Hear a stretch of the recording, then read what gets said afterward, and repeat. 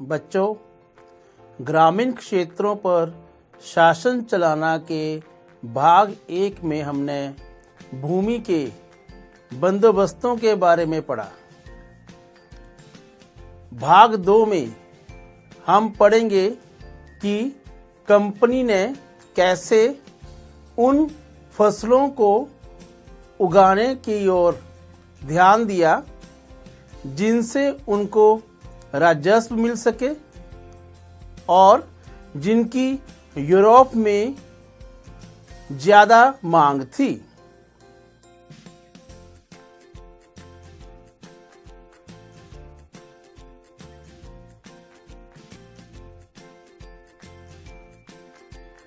जब ग्रामीण इलाके खाली होने लगे तो कंपनी ने कुछ और सोचा।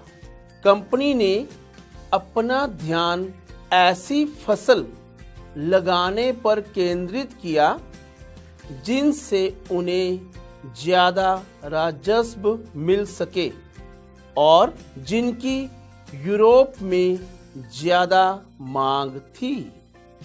कंपनी अपनी जरूरत के हिसाब से किसानों को फसलें लगाने के लिए दबाव डालती थी। 18वीं सदी के आखिर तक कंपनी ने अफीम और नील की खेती पर पूरा जोर लगा दिया। इसके बाद लगभग 150 साल तक अंग्रेज देश के विभिन्न भागों में किसानों को फसलें लगाने के लिए मजबूर करते थे।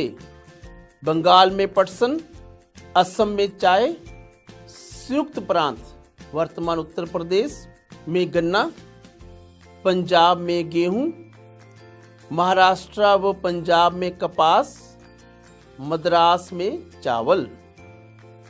बच्चों, एक चीज और थी जिसकी यूरोप में बहुत मांग थी, वह था नील, जो कपड़ों को रंगने के काम आता था। भारत की उष्ण कटिबंधीय जलवायु नील की खेती के लिए उचित थी। 13वीं सदी तक इटली, फ्रांस और ब्रिटेन के कपड़ा उत्पादक कपड़े की रंगाई के लिए भारतीय नील का इस्तेमाल कर रहे थे। उस समय भारतीय नील बहुत थोड़ी मात्रा में यूरोप पहुंचता था।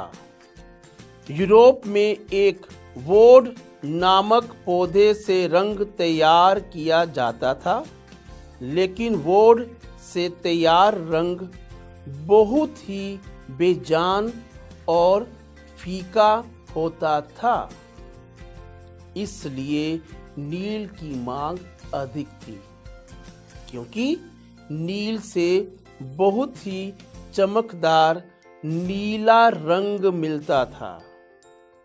यूरोप के वोड उत्पादकों ने एक बार अपनी सरकार से नील के आयात पर पाबंदी लगाने की मांग की, क्योंकि वोड से बनाया रंग भारतीय नील का मुकाबला नहीं कर पा रहा था। नील के कारण वोड की बिक्री यूरोप में नहीं हो पा रही थी। आगे हम चर्चा करेंगे कि नील की खेती और कहां-कहां हो रही थी। सबसे पहले बात करेंगे कैरेबियन आइलैंड स्थित सेंट डोमिंगो की, जो फ्रांस के अधीन था। फ्रांसीसी अफ्रीकी गुलामों को यहाँ लेकर आते थे। गुलामों से कैरेबियन टापू में बंधुआ मजदूरी कराई जाती थी। इस टापू की जलवायु नील उत्पादन के लिए उपयुक्त थी, लेकिन बागानों में काम करने वाले अफ्रीकी मजदूर 1791 में बगावत पर उतर आए। मजदूरों ने खेतों तथा कारखानों को जला दिया।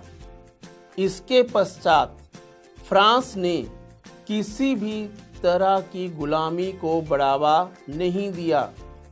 1792 में फ्रांस ने अपने उपनिवेशों में दास प्रथा समाप्त कर दी।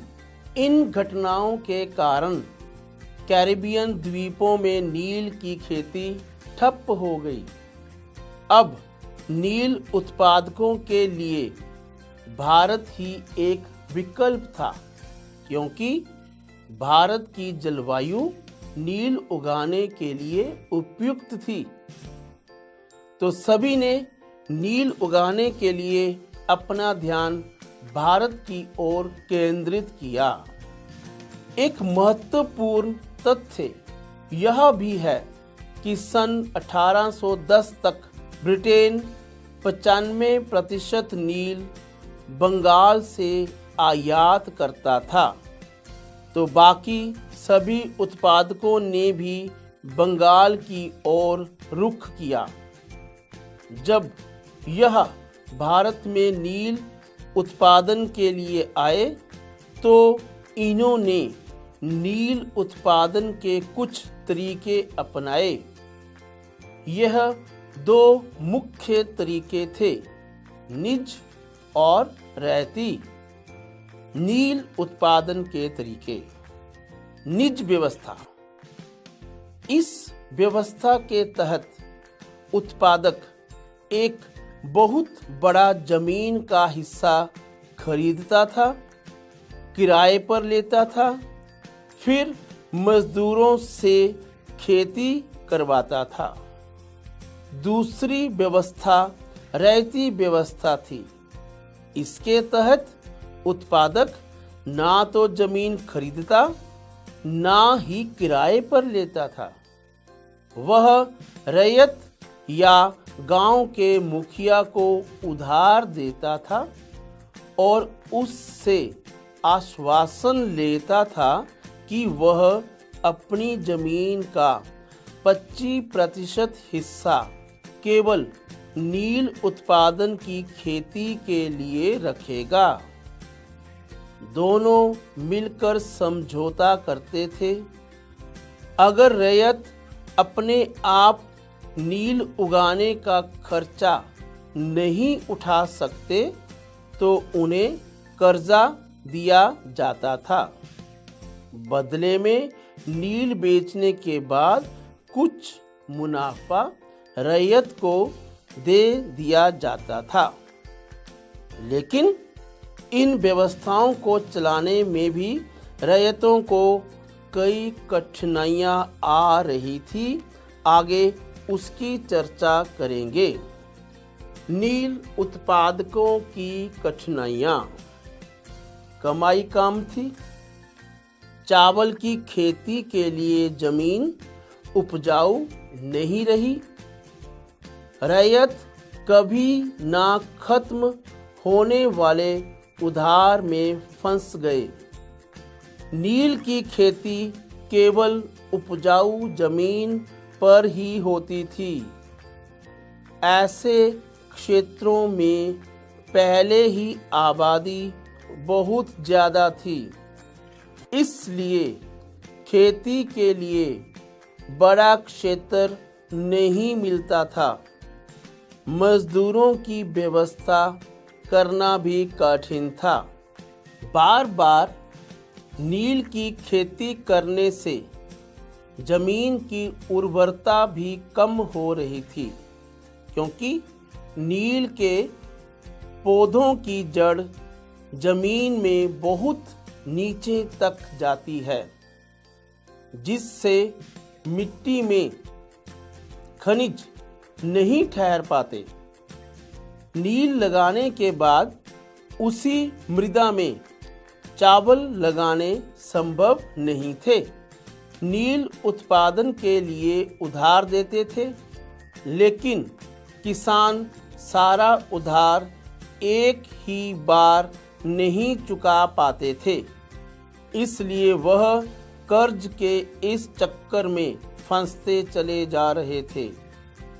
इन सब कारणों से किसान विद्रोह पर उतर आए। इस विद्रोह को नील विद्रोह का नाम दिया गया। मार्च 1859 को बंगाल के किसानों ने विद्रोह कर दिया, क्योंकि ना तो उनकी आय हो रही थी, कभी ना खत्म होने वाले कर्ज में वह फंसते जा रहे थे और उनकी जमीन की उर्वरता भी समाप्त हो रही थी। विद्रोह को देखकर ईस्ट इंडिया कंपनी को यह लगने लगा कि कहीं उनको भी बंगाल छोड़कर जाना ना पड़े। खेती लगाने वालों को सुरक्षित करने के लिए कंपनी ने कुछ जगह पर सेना लगाई। हालात इतने बिगड़ गए कि यह बात रानी विक्टोरिया तक पहुंच गई। रानी विक्टोरिया ने एक हुक्म जारी किया। यह हुक्म 12/7 पश्चिम बंगाल के जज को दिया कि रैयत को नील की खेती करने के लिए बाधित ना किया जाए और ना ही उन्हें नील नियम पत्र पर समझौता करने के लिए दबाव डाला जाए। मतलब रैयत को नील उगाने के लिए बाधित नहीं किया जाएगा।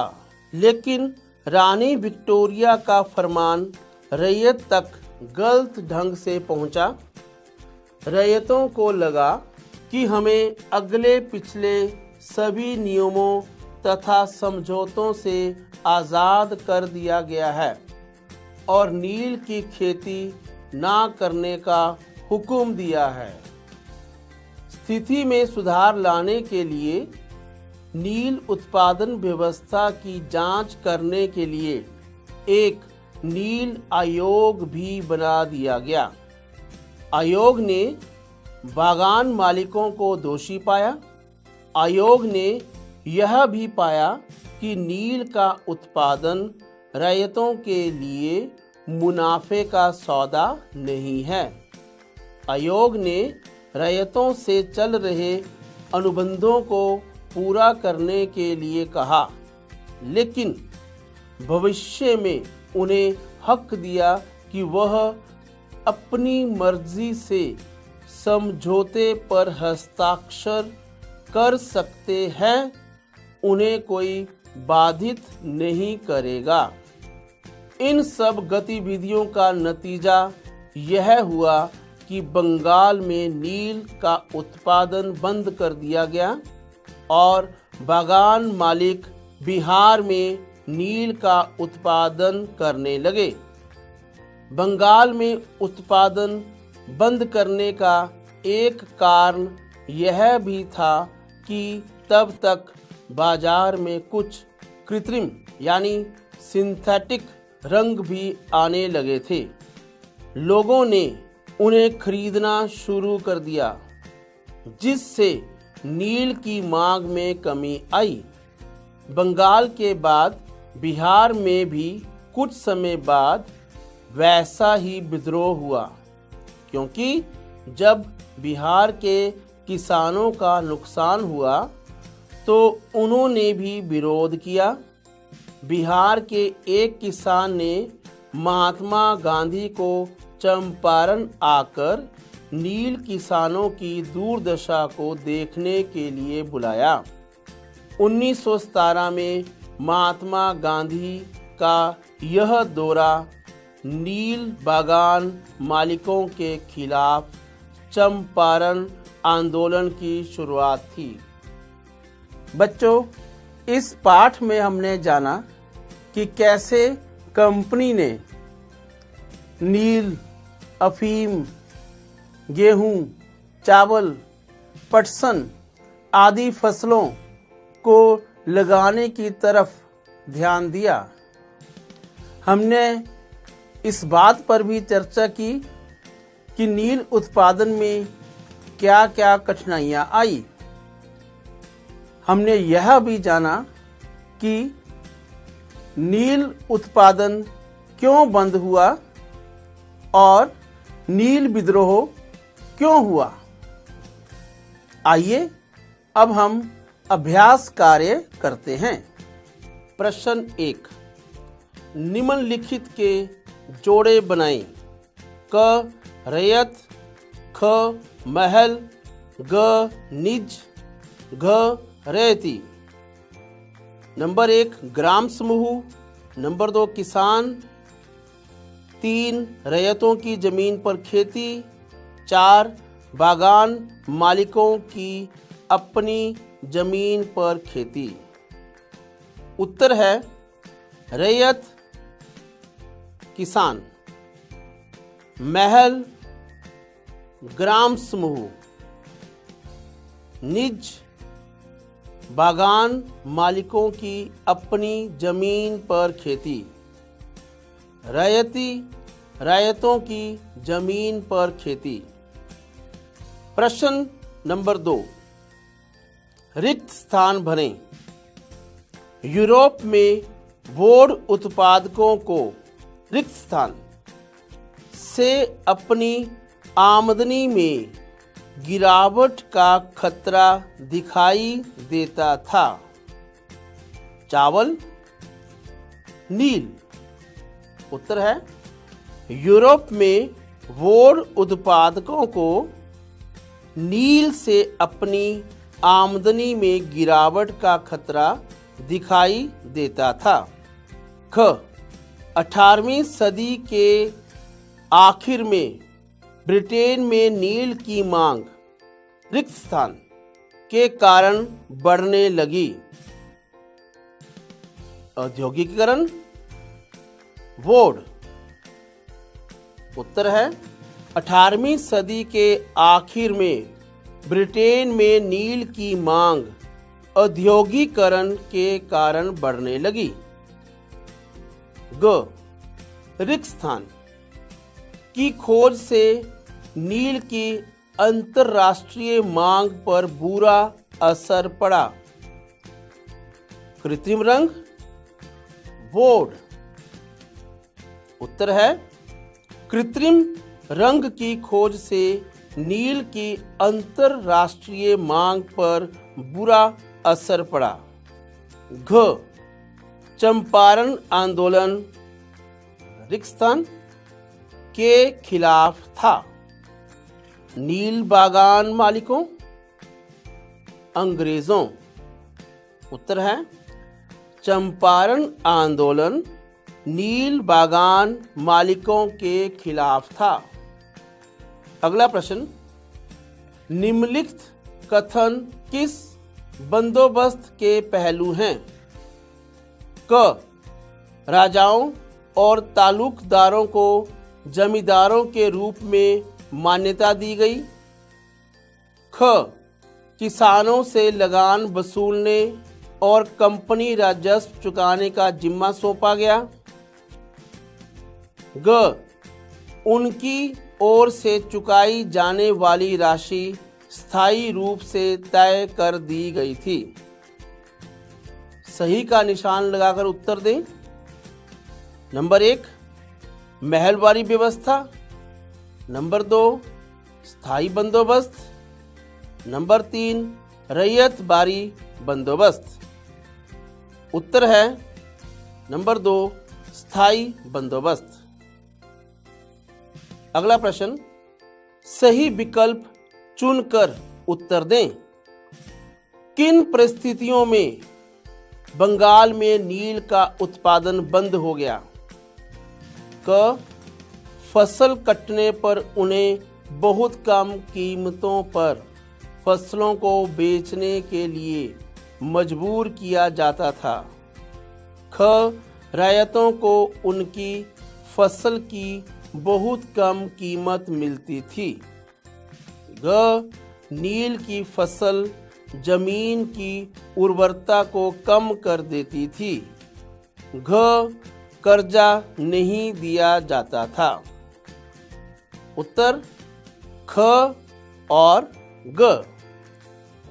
प्रश्न, स्थायी बंदोबस्त किसने शुरू किया? क कॉर्नवालिस, ख थॉमस मुनरो, ग हॉल्ट मैकेंजी।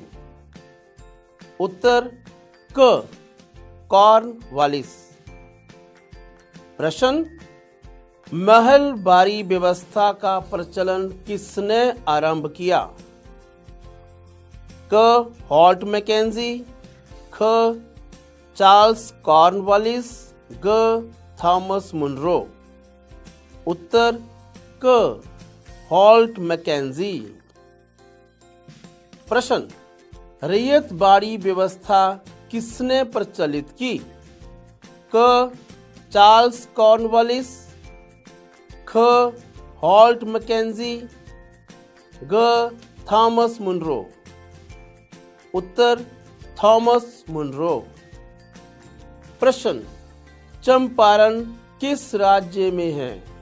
क बिहार, ख बंगाल, ग उत्तर प्रदेश। उत्तर है क बिहार। प्रश्न, नील किस पौधे से बनाई जाती थी? उत्तर क नीलगिरी, ख कपास, ग नील। उत्तर है ग नील।